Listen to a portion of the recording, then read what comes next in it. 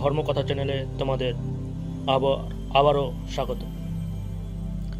আজকে একটি বিশেষ জিনিস নিয়ে তোমাদের সামনে উপস্থিত হব, যেটা হচ্ছে আমাদের ইড়া নাড়ি, পিঙ্গলা নাড়ি ও সুষুম্না নাড়ি।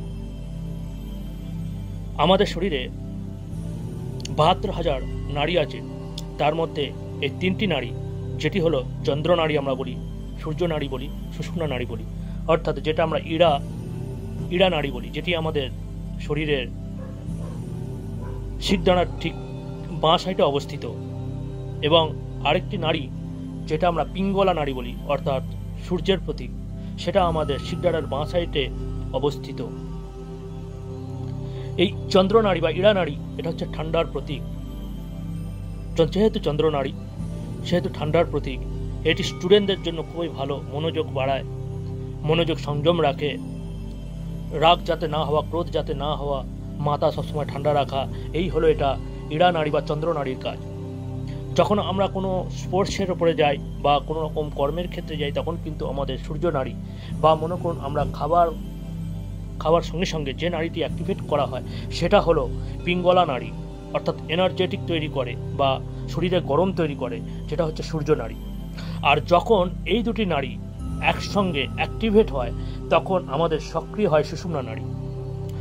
তো যদি আমরা ভালো করে চিন্তাভাবনা করে দেখি, সায়েন্স আজকে যা বলছে, আজ থেকে ৫,০০০ বছর আগে আমাদের ঋষিমুনিরা সেই ধ্যানের মধ্যে দিয়ে, বিভিন্ন রকম আসনের মধ্যে দিয়ে, শ্বাস প্রশ্বাসের মধ্যে দিয়ে, অনুলোম বিলোম প্রাণায়াম, এই যে আমাদের আসনের মধ্যে দিয়ে, এই শ্বাস প্রশ্বাসের মধ্যে দিয়ে কিন্তু আমরা এই তিনটে প্রধান যে নাড়ি, এই ৭২,০০০ নাড়ির মধ্যে যে প্রধান যে তিনটে নাড়ি, ইড়া, পিঙ্গলা ও সুষুম্না, এই যে তিনটে নাড়িকে অ্যাক্টিভেট করে আমরা আমাদের যে ৭ চক্র আমরা আগে আলোচনা করেছি, যেটা আমরা বলি মূলাধার চক্র, স্বাধিষ্ঠান চক্র, মণিপুর চক্র, অনাহত চক্র, বিশুদ্ধ চক্র, আজ্ঞা চক্র ও সহস্রার চক্র, এই চক্রগুলোকে কিন্তু আমরা জাগ্রত করতে পারি।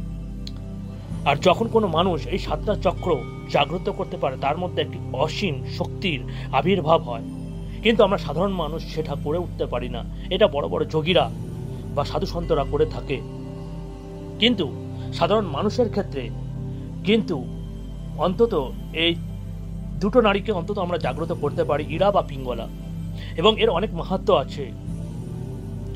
যে কোনো স্টুডেন্ট যদি আমাদের পড়াশোনায় ঠিক মনোযোগ না লাগাতে পারে বা কোনো কার্যে যদি আমরা মনোযোগ না লাগাতে পারি, খুব অসুবিধা হয়।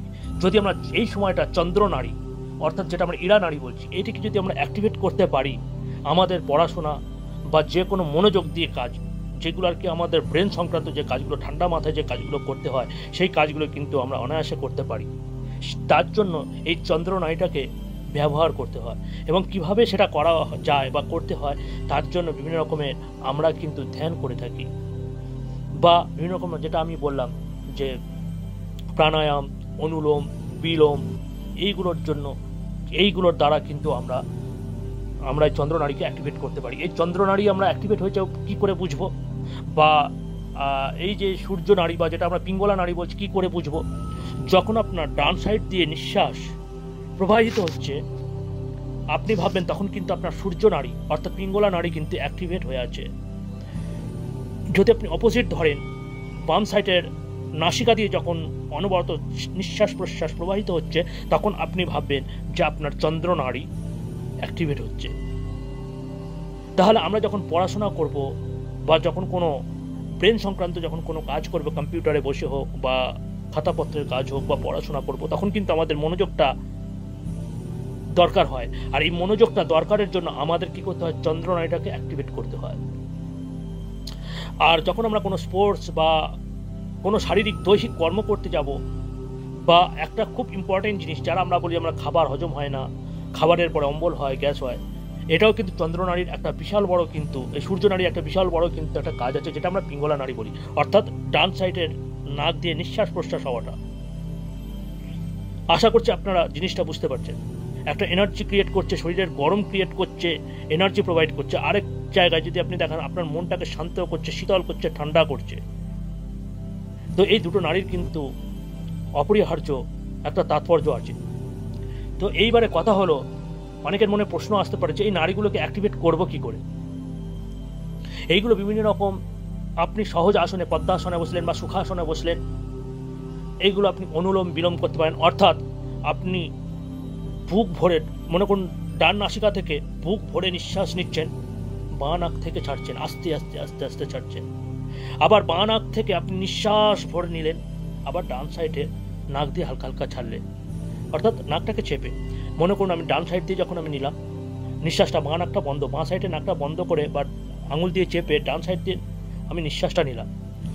যখন আমি ছাড়ছি ডান সাইডের নাকটা চেপে বাঁ সাইড দিয়ে ছাড়লাম, আবার বাঁ সাইড দিয়ে আমরা নিঃশ্বাস নিলাম, বাঁ সাইডের নাকটা চেপে দিয়ে আবার ডান সাইড দিয়ে হালকা করে ছাড়লাম। এটি হলো অনুলোম বিলোম। এইগুলো এক একটা আসনের মধ্যে পড়ে। এইভাবে কিন্তু আমরা আমাদের এই দুটো নাড়ি কিন্তু অ্যাক্টিভেট করতে পারি। আরেকটি সহজ পদ্ধতি আমরা বলতে পারি যে খুব সহজে অ্যাক্টিভেট হয়, সেটা হলো, মনে করুন আপনি সূর্য নাড়িটাকে, অর্থাৎ ডান সাইডের পিঙ্গলা নাড়িটাকে আপনি অ্যাক্টিভেট করতে চাইছেন। তার জন্য আপনাকে কি করতে হবে, কিছুক্ষণ আপনাকে বাঁ সাইডে ফিরে শুতে হবে। আমরা বলি না খাওয়া দাওয়ার পরে প্রতিটা মানুষকে বাঁ সাইডে ফিরে শোয়া উচিত, তাতে আমাদের যে খাবার সেটা ভালো হজম হয়। মানে কি, মানে হলো তখন আপনার সূর্য নাড়ি কিন্তু অ্যাক্টিভেট হয়। বাঁ সাইড ফিরে যখনই আপনি শুচ্ছেন তখন আপনার সূর্য নাড়িটা অ্যাক্টিভেট হয়ে যায়, যার কারণে আপনার শরীরে একটা গরম উৎপন্ন হয়, যেটা বিএমআর বলা হয়। অর্থাৎ সাইন্টিফিক্যালি যদি বলা যায় বিএমআর অর্থাৎ বেসাল মেটাবলি রেট তৈরি হয়। আমাদের শরীরের যে উত্তপ তৈরি, যে তাপ তৈরি হয় তাকে বেসাল মেটাবলি রেট বলা হয়। তো এটা হচ্ছে সূর্য নাড়ির ক্ষেত্রে। দেখুন আজকের আমরা যেটা সায়েন্স বলছি সেটা কিন্তু 5000 বছর আগে আমাদের ঋষিমুনিরা করে গেছে। অর্থাৎ বুঝতেই পারছেন যে আমাদের হিন্দু শাস্ত্র বা সনাতন ধর্ম কতটা এগিয়ে এবং কতটা অ্যাক্টিভেট।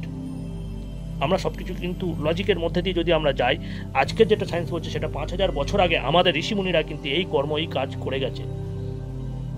এইবারে আপনার হতে পারে যে সূর্য নাড়ি তো এইভাবে আমি অ্যাক্টিভেট করলাম, এবারে চন্দ্রনাড়ি কীভাবে অ্যাক্টিভেট করব। ঠিক আপনি একটু মনোযোগ লাগিয়ে, আপনাকে কিন্তু অবশ্যই একটু মনোযোগ লাগাতে হবে, ধ্যান লাগাতে হবে ভূযুগলের মধ্যে। আপনি কোনো স্টুডেন্টকে পড়াশোনা করার আগে বা কোনো কিছু কাজ করার আগে ঠিক ডান সাইড ফিরে একটু শুবেন, দেখবেন বাঁ সাইড দিয়ে আপনার নিঃশ্বাস কিন্তু প্রবাহিত হবে ঠিক অপোজিট থেকে। অর্থাৎ আপনার চন্দ্রনাড়িটা কিন্তু অ্যাক্টিভেটেড হয়ে যায়। এইগুলো হচ্ছে একটি সহজ পদ্ধতি, একদম সহজ পদ্ধতি বললাম। অনেকে হয়তো এই জিনিস নিয়ে হাস্যকর হতে পারে, কিন্তু এটা নয়। আপনি এই জিনিসগুলো করবেন, আপনি কিন্তু ফল পাবেন, বুঝতে পারবেন। তো সেই সঙ্গে মনোযোগটা অবশ্যই লাগাতে হবে, যা কিন্তু আমাদের স্টুডেন্ট লাইফ বলুন, কর্মজীবনে বলুন, অত্যন্ত প্রয়োজন। সেই সঙ্গে আমরা যদি এইবারে নিজেদের আধ্যাত্মিক ব্যাপার বা নিজেকে যদি একটু অন্য কোনো পর্যায়ে নিয়ে যেতে চাই, তার জন্য আমাদের সুষুম্না নাড়ি অর্থাৎ শিরদাঁড়ার যে নাড়িটা, সেটাকে আমাদের অ্যাক্টিভেট করতে হলে এই দুটি নাড়িকেই অ্যাক্টিভেট করতে হবে। আর এই দুটি নাড়িকে একসঙ্গে অ্যাক্টিভেট করতে হলে যেটা আমাদের দরকার, অনুলোম বিলোম প্রাণায়াম, এইগুলোর দরকার। এইগুলোর মাধ্যমে যখন সুষুম্না নাড়ি অ্যাক্টিভেট হয় তখন আমাদের কুণ্ডলিনী জাগ্রত হয়। যেটা আমি প্রথমেই বললাম যে কুণ্ডলিনী বলতে যেই চক্রগুলো আছে সেই চক্রগুলো আস্তে আস্তে জাগ্রত হয়। যেমন মূলাধার চক্র, স্বাধিষ্ঠান চক্র, মণিপুর চক্র, এই ধরনের যে 7টি চক্র আছে সেই চক্রগুলো অ্যাক্টিভেট হতে থাকে। যখন মানুষ এই চক্রগুলো জাগ্রত করতে অটোমেটিক্যালি জাগ্রত হয়, যদি সেই চেষ্টাটা থাকে।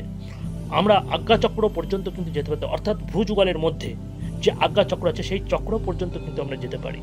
এবং অনবরত ধ্যান ধারণা করার ফলে আমরা কিন্তু সহস্রার চক্র যেতে পারি। আমরা অনেক সময় আমরা বলি যে আমাদের সবসময় ধ্যান করা উচিত, জপ করা উচিত। আমরা কিন্তু অনবরত কিন্তু ধ্যান বা জপ করে চলেছি, শুধু এটা উপলব্ধি। এই যে আমরা নিঃশ্বাস বা প্রশ্বাস নিচ্ছি, এটা কিন্তু একটি বলতে পারেন ওম উচ্চারণ করার মতো একটু উপলব্ধি। আমরা যে নিঃশ্বাস নিচ্ছি এটা ওম, যে নিঃশ্বাসটা চাচ্ছি সেটাও ওম। অর্থাৎ আমাদের কিন্তু প্রাণবায়ু আমরা নিচ্ছি এবং সেই প্রাণবায়ুটাকে আবার আমরা বার করে দিচ্ছি। এই যে ধ্যান করার নিয়ম, আমরা যখন বুক ভরে প্রাণবায়ু নিই, সেই প্রাণবায়ুটাকে কিছুক্ষণ আমাদের শরীরে রাখতে হবে।